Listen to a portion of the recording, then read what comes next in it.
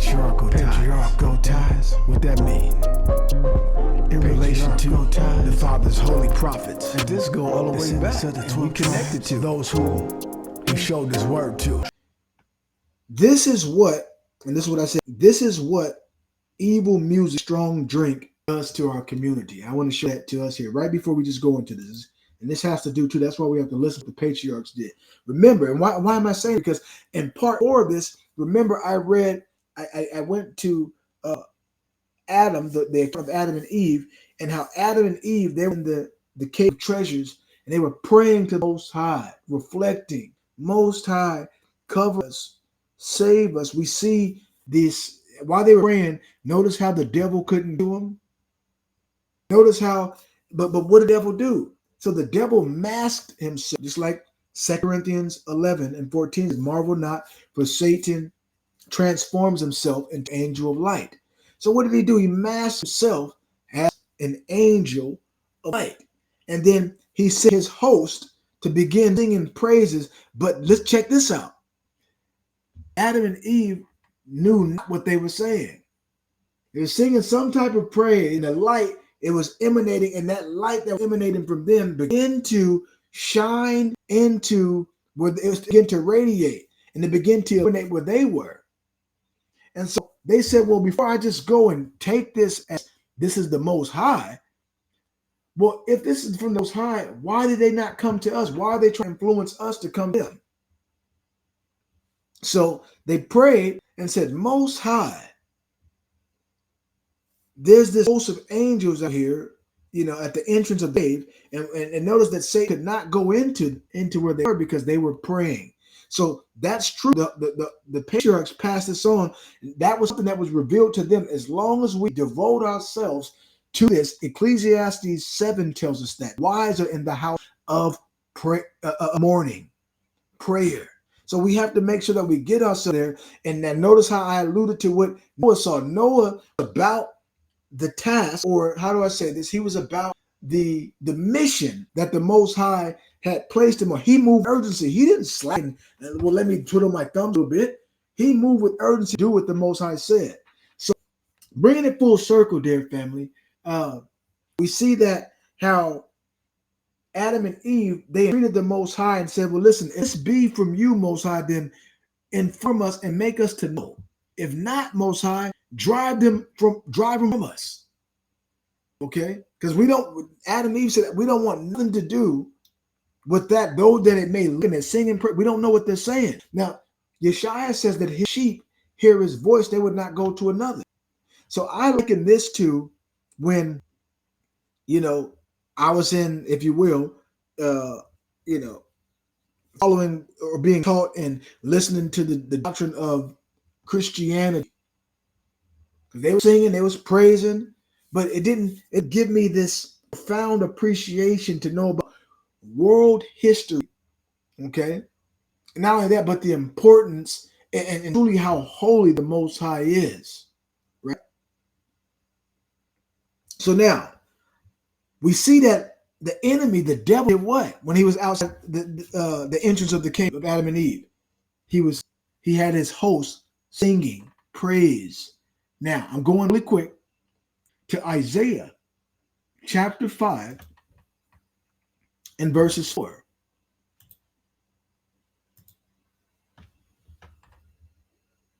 So when you look at 1 to 3, let's read from verse 1. Now will I sing to my well-beloved a song of my beloved touching his vineyard. So we know that the vineyard of the Most High is Yasharallah. And his goodly plant is Judah, okay? The southern kingdom. My well-beloved had a vineyard in a very fruitful hill. And he fenced it and gathered out the stones thereof and planted it with the choicest vine, and built a tower in the midst of it, and also made a winepress therein. And he looked that it should bring forth grapes, and it brought forth wild grapes. Verse 3. And now, O inhabitants of Jerusalem and men of Judah, judge, I pray you, betwixt me and my vineyard. So we're asking, so now we have to judge.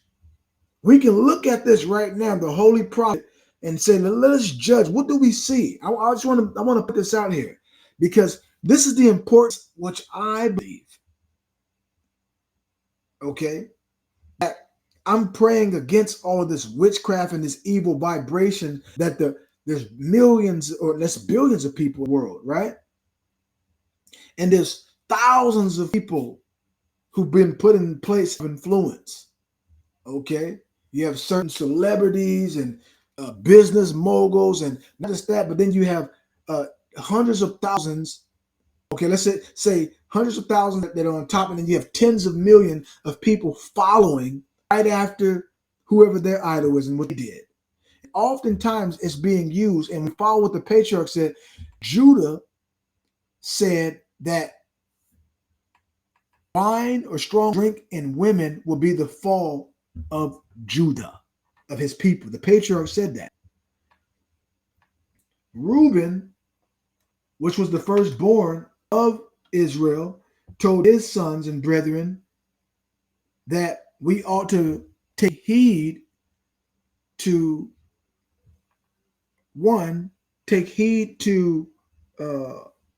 be very careful of youth, because these seven spirits and predominantly they lie within youth. Okay, not only that, but we have to be on guard of ourselves and these senses that are with every person, and you have to control that. And the biggest one is keeping yourself pure, because if you're not overcome by fornication, neither shall the devil and his underlings overcome you. So that's first and foremost. But when you think about music, how it's a method or a conduit to relay information to make people, and in that relaying, you have certain moods, certain vibrations, feelings, emotions, spirits that are in there. And with these words, if you don't know what these words are or what they're being said, you can be singing along, right along to your own demise. All the while singing to the tune or to the beat of the devil. I just said something heavy right there. So we can't be overblown. When I say overblown, we can't be so influenced by hearing somebody because they sing so good or whatever. Because when Adam and Eve heard the angel singing, they said, man, they're singing. I should put it on there real quick. They're singing and they're singing praises. But who are they singing praise? Why don't we understand the words of what they're saying? So is this host of people that are singing praises, are they from the Most High God? So that's the first thing and how do we know? Because there's false teachers, there's false deceivers. Satan sends his ministers and they cloak themselves with the singing, all of that stuff. And then before you know it, they can even be talking about the Most High. And if you don't really know the Most High, you're not really following the patriarchs, and again, remember the spirit of Hamashiach was in them. So if you're not following that for yourself, then you can be led away. We can be led away all the while thinking that this is what the Most High said, and it's good. So look what it says in verses 4. The Most High says, what could have been done more to my vineyard that have not done it? Wherefore, when I looked that it should bring forth grapes, brought it forth wild grapes. 5. And now go to, I'm reading down to verses 14. Go to, I will tell you what I will do to my vineyard. I will take away the hedge thereof, and it shall be eaten up. So that hedge, this has to do with the covenant, dear family. This has to do, the Most High made a covenant with his people that he would always maintain the cause of who? Abraham, Isaac, and Jacob, their descendants. He would maintain that cause as long as they do what? Devote themselves to taking care of the temple. The temple, we are the temple. The temple, and corporately, that means more than one. That means when two or more are gathered, their Hamashiach is in the midst. So if we are diligent to take care of that, then the flames of Gehenna hell, nor should the sword of the adversary, Esau or any other foreign entity, okay, or false prophet or false teacher, neither shall they prevail over us, because it be the Most High that's with us. And this is the things that we have to remember.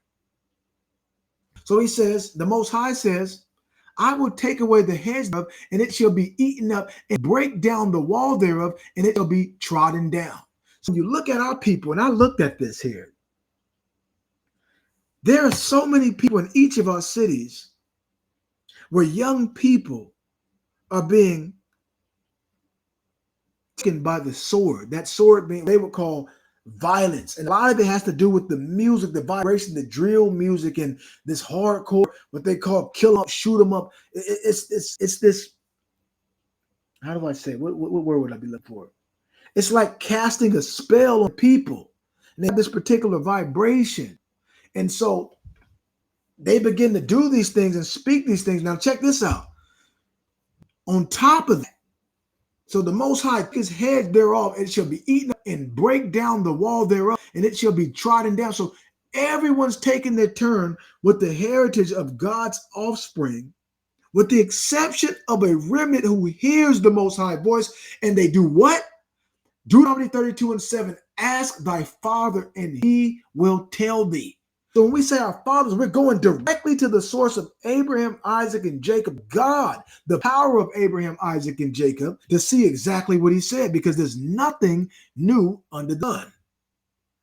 Verse 6, and I will lay it waste. It shall not be pruned, right? So when we look at, and I'll just put it on here really quick. I'm going to come right back here. But when we look right here in St. John 15, Yeshua says, abide in me and I'll abide in you. And what? He says, I am the vine, I am the true vine, and my Father is the husbandman. Every branch in me that beareth not fruit, he taketh away, and every branch that beareth fruit, he purgeth it, he pruneth it, that it may bring forth more fruit. Now ye are clean through the word which I have spoken unto you.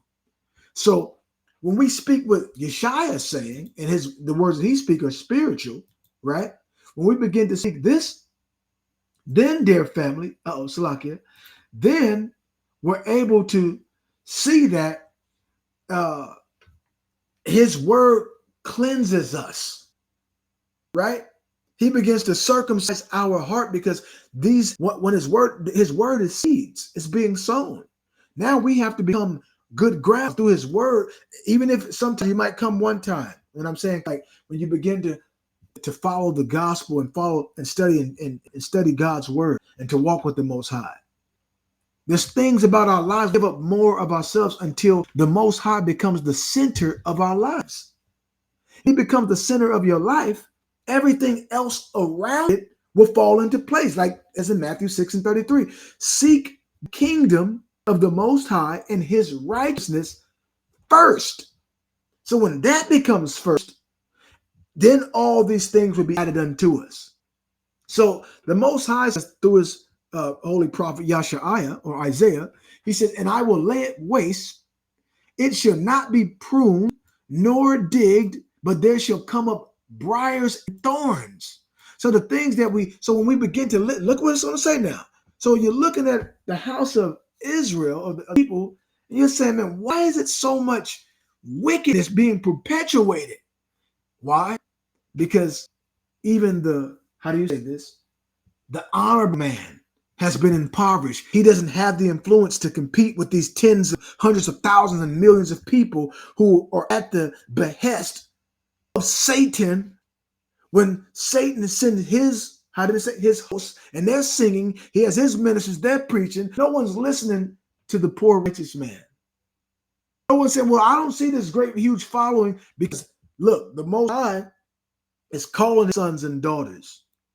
He's calling us out all of that to a way of holiness. See? So look what it says. He says here, I will also command the cloud that they rain no rain upon it. For the vineyard of the Most High of hosts is what? The house of Israel, and the men of Judah, his pleasant plant. And he looked for judgment So the Most High said, I want you to judge all that's going on in the house of Israel. So now when we see every Fridays and certain weekdays, people at the club and they shake and look, and the youth too, right? And people that are young, and you have happy hour, they're going to these drinking houses. They're listening to the music. And they're polluting their conscience and their souls. So then when the word of the Most High comes, it says almost like the word of the Most High is not, to them, it's not rest. It's almost, well, this is offensive. Tell me, speak smooth things to us, like in Isaiah 30. Prophesy, get thee out of the way of the Most High. Don't tell me about the Most High's holiness. Don't tell me about his judgment and what he expects of us. Look at this. And it says here, in the men of Judah, his pleasant plan, and he looked for judgment, but behold, oppression. So what we begin to see is people oppressing their fellow man, how they can make merchandise out of them. He looked for righteousness, but behold, a cry. Verse 8, I'm going down to 14. Woe unto them that join house to house, that lay field to field. So now with the internet and television and the social medias and all these different social apps, everyone is putting their sins up and they're being rewarded. Who can get the most likes? Who can get the most views? Who can get get the money the fastest? Not thinking that, wait a minute, each day is drawing you close to judgment, and you never know what's going to be the last day that you take your last breath. Everyone going back to doing what they're doing when judgment is in the earth. Verse 8. Woe unto them that join house to house, that lay field to field, till there be no place. What does that mean? So now there's no one that's pure anymore. Everyone's doing the same exact thing, that they may be placed alone in the midst of the earth. See that?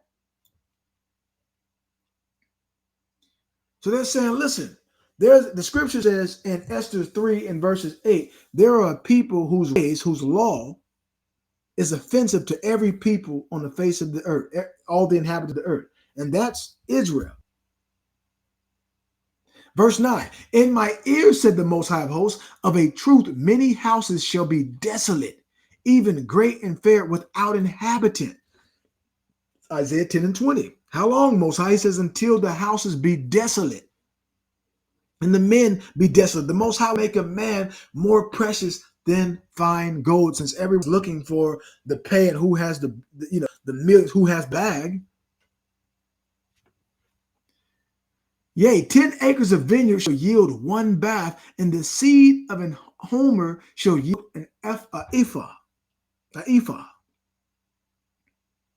It's showing that it's not many.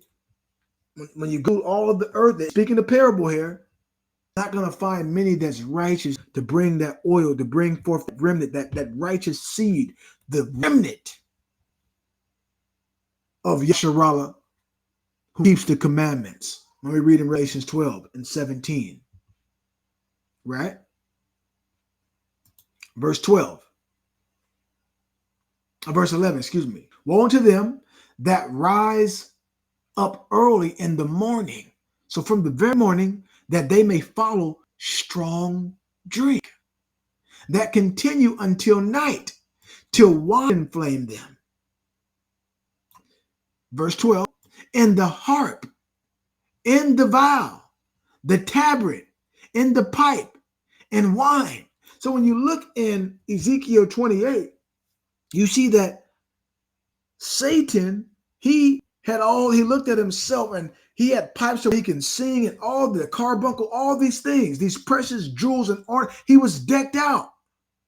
So what we're seeing here, this is describing to us music. And the harp and the viol, the tabret and the pipe and wine are in their feast. But they regard not the work of the Most High. So they're not saying that the Most High called them to be holy, neither considers the operation of his hands, that he said he would take down the hedges of it. So when we look at communities and we see it, so many young people, there are people today, dear family, never make light of life, who are no longer living, we would think that the world would have gotten it. How is it that the next generation, even after me, and those after, our children, and some people have children that are in their teens, young teenage kids, 10-year-olds, 13-year-olds, 12, 11-year-olds, run around listening to music, talking about they down the hood or for the click or whatever, and that that they want to catch a body or whatever the case is. And they're doing particular things. Say these things that the enemy of God and the enemy of his people, they use those things to what?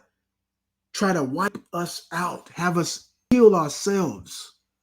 When I say kill ourselves, destroy yourself. Here, we'll give you all the tools that you need. We'll incentivize it. So we'll promote a few people up top, and we'll make it so deplorable to where deprivation, to where you don't have the resources or economic backing, and then you don't even have the vision. You don't even have visionaries. Our visionaries are now saying, well, look, I'll put these bars together and these rhymes together and go get this guap right now. And I'm going to talk about the biggest thing that gets me the most views and the most hits. So that way, the quickest way that I can get famous. And there's so many famous people. That's right. Guess where? Who have lived and came. They're in the place of no return. The place of retribution, dear family. So look what it says here. We got two more verses here before we I segue over back into the extra biblical text. So do not regard the operation of his hands. 13. Therefore, my people, are you getting this?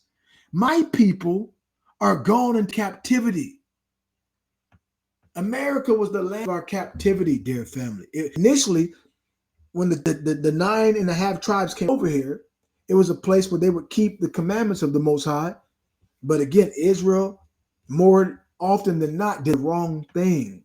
But there were individuals who followed the Most High. So the patriarchs knew that we had to be on our guard to the very end until the kingdom of Yeshua, the Messianic kingdom, would be established in the earth, and that at the consummation, all wickedness and evil desires would be totally banished and utterly destroyed from off the earth.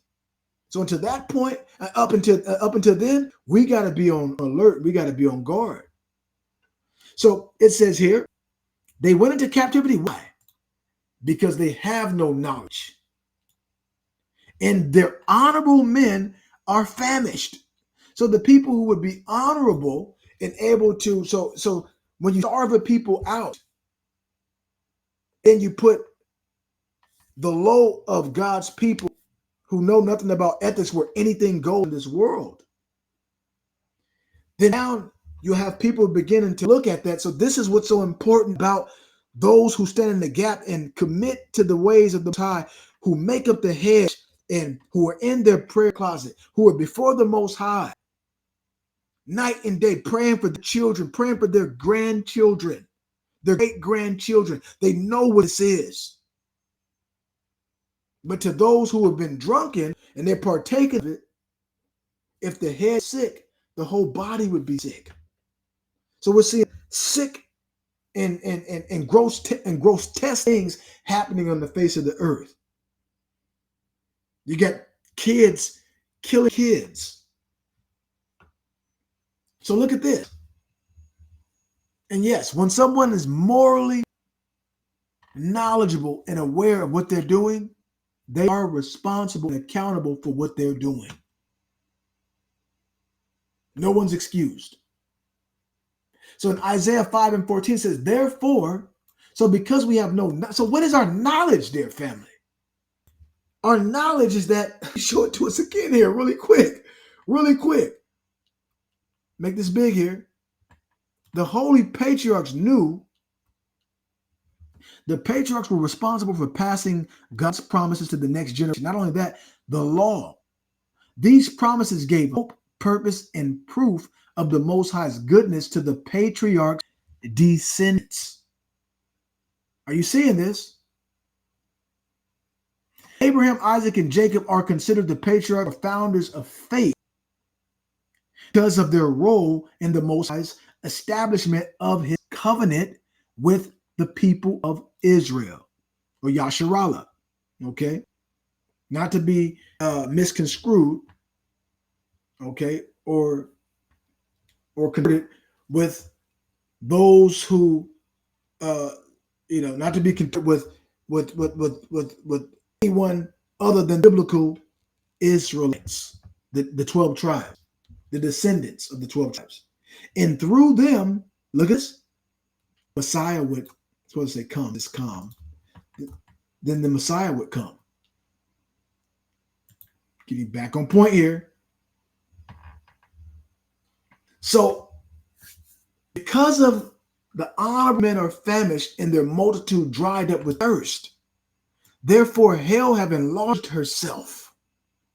And that's important that we hear this before we go into what Isaac saw with Jacob and with Esau. Therefore hell have enlarged herself and opened her mouth without measure, and their glory and their multitude and their pomp. That's their splendor. See? When people boasting about the bags, and listen to this. Check this out. The designer clothes, designer glasses, designer purse, luxurious cars, the expensive vacations, big house, anything, dear family. The meal that they're cooking, anything that you spent more time in. This is in the world that we live in. It's a bunch of self-worshiping idolaters, dear family. And at the helm of it, Satan's like, continue on down that road. Right? In their pomp, and he that rejoiceth shall, look at that, descend into it. So if people are rejoicing over all these things the Most High is angry about, where are they going to go? Bible just told us where they're going. But yet if we have these falsifiers stroking, how do you say it? Pacifying God's people, saying, God knows my heart, the blood of Jesus, right? I can do what I want to do, but yet they turned away from God's commandments and want to listen to what the Most High says. They do what? They mock those who actually care for them. They mock them, dear friend. We went to 2 Peter 3. So this is the time, and the holy prophets saw it. Notice how it said in Isaiah 5:14 that hell has enlarged because of it. Because the honorable man was was famished, right? So the system would try to take anytime someone wants something going for themselves or to self-sustain. This is why you have to be prayed up, because even the honorable man, if a man is not steadfast, fear of the Most High, and he's trying to get money and they're trying to get money, their house will be quickly turned out of the way. So the Most High, it says in God's word, he gives us what's sufficient for us. Yes, he delights in the prosperity of his people. But he wants any of us having something we can build ourselves, or he begins to build us up and then take our eyes off what he says to fit in everybody else and join house to house. Then you're no different from the other people in the world, than other people, the false teachers. See that? Let's get to it though. So now we see